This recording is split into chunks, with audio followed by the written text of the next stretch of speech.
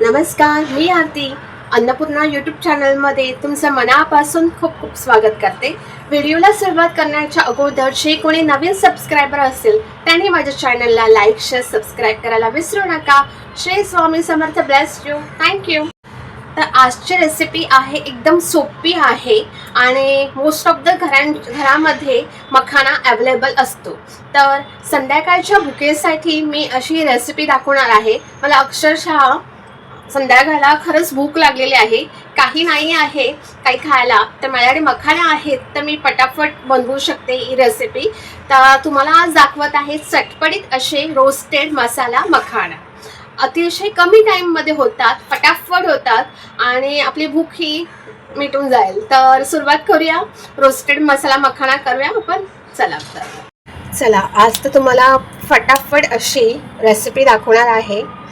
मला आज स्वतःलाच खूप भूक लागली असल्यामुळे मी तुम्हाला आज रेसिपी दाखवत आहे मखाण्याची, आणि ती ही झटपट अशी होते।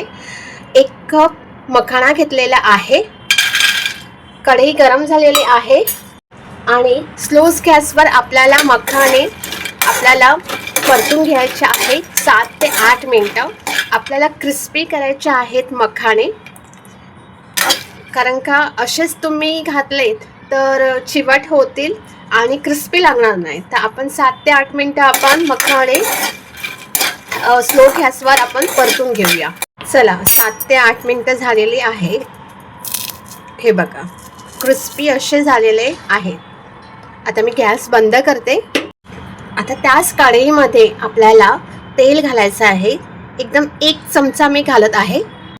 गॅसची फ्लेम आपल्याला स्लोच ठेवायची आहे आणि फटाफट आपल्याला मसाले बेसिक घालायचे आहे।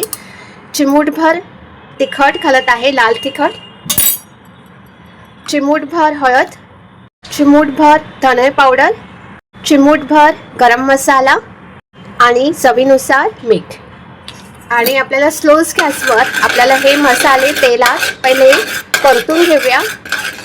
मसाले तेलात चांगले परतून घेतलेले आहेत। आता आपल्याला जे मखाणे आपण अगोदर ते कढईमध्ये परतून घेतलेले एकदम क्रिस्पी ते आपल्याला घालायचे आहेत 1 कप। आणि गॅसची फ्लेम वाढवते आणि मसाले चांगले मखाण्याला परतून घेऊया आपण। आपले तयार झाले क्विकली चटपटीत असे मखाण्याची रेसिपी आपली तयार झालेली आहे। चटपटीत आपल्याला काय खायचं असेल ना आणि फटाफट आपल्याला कमी टाईममध्ये रेसिपी बनवायची असेल ना तर ही बेस्ट रेसिपी आहे। आणि छोट्याशा भुकेसाठी ही चटपटीत मखाण्याची ही रेसिपी आहे। तर मी बाउलमध्ये सर्व करून घेते। तुम्ही बघू शकता रोस्टेड मसाला मखाना एकदम क्रिस्पी आहे, हे बघा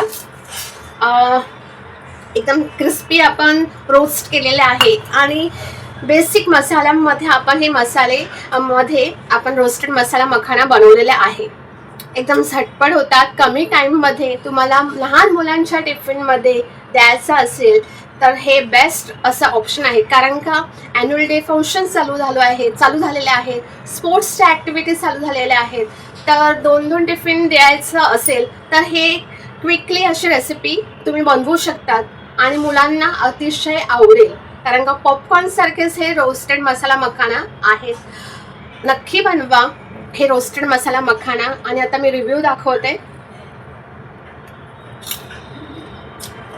तुम्ही बघू शकता, आवाजानेच कळेल किती क्रिस्पी झालेला आहे। एकदम चटपटीत असे हे मसाला मखाना बनलेले आहेत, क्रिस्पी आहेत आणि जी तिखट एकदम बॅलन्सिंग आहे।